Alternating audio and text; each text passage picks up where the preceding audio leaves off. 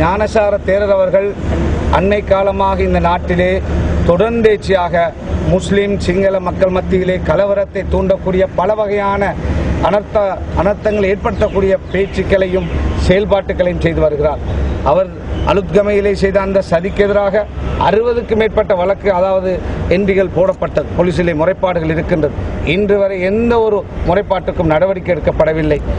இந்த நாட்டிலே வாழுகின்ற முஸ்லீம்கள் அல்ல, உலகத்திலே வாழுகின்ற அத்தனை முஸ்லீம்களும், அதாவது எங்களுடைய இறைவன் அல்லாவை பற்றி மிக கீழ்த்தரமாக ஒரு சாதாரண மனிதர் கூட பேசாத முறையிலே இவர் மிக மோசமாக பேசிய பேச்சு எங்களை மட்டுமல்ல இந்த உலகத்திலே வாழுகின்ற அத்தனை முஸ்லிம்களும் வேதனைப்படுகின்ற ஒரு நிகழ்வாக அது அமைந்திருக்கின்றது.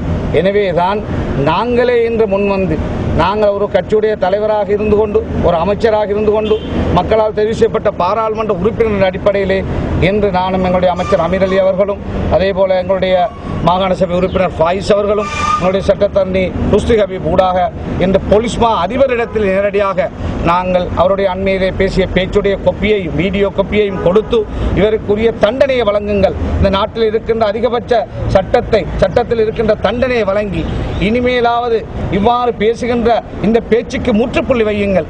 இந்த சுதந்திரம் பெறுவதற்காக இந்த நாட்டில் எல்லா இனத்தவர்களும் பாடுபட்டிருக்கிறார்கள். சுதந்திரத்துக்கு பிறகு இன்று வரை சிங்கள முஸ்லிம் மக்கள் மத்தியில் இருக்கின்ற ஒற்றுமையை குலைப்பதற்காக இரண்டு சமுதாயத்தையும் இரண்டு இனத்தையும் மோதவிட்டு அதனூடாக இந்த நாட்டிலே ஒரு இனக்கலவரத்தை, ஒரு இரத்தாறு ஓடுவதற்கான சதியை இவர் இவ்வாறான பேச்சுக்களினூடாக செயல்பட்டுக் கொண்டிருக்கிறார்.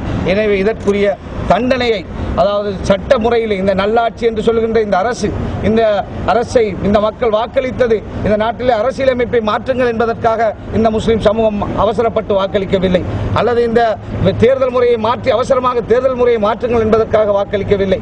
இந்த சமுதாயம் எதிர்பார்த்ததெல்லாம் இந்த நாட்டிலே நிம்மதியாக எங்களுடைய மதக்கடமைகளை பேணிக்கொண்டு, எங்களுடைய தொழிலை செய்து கொண்டு, ஏனைய இந்துக்களோடு, கத்தோலிக்கர்களோடு, பௌத்தர்களோடு சகோதரர்களாக சமத்துவமாக சந்தோஷமாக அவர்களோடு சேர்ந்து வாழ வேண்டும் என்ற ஒரு நல்லெண்ணத்துக்காக, ஒரு நல்ல நோக்கத்துக்காகத்தான் எங்களுடைய சமூகம் ஒட்டுமொத்தமாக வாக்களித்தார்கள். எனவே கடந்த அரசிலே நடந்ததைப் போலதான் இங்கும் தொடர்ந்து நடந்து கொண்டிருக்கிறது. எனவே சட்டத்தை கையிலே யாரும் எடுப்பதற்கு இடம் கொடுக்காமல் உடனடியாக இந்த தேரருக்கு எதிராக விசாரணையை தொடங்கி இவருக்குரிய அதிகபட்ச தண்டனை வழங்குமாறு நாங்கள் வேண்டுகோள் விடுக்கிறோம்.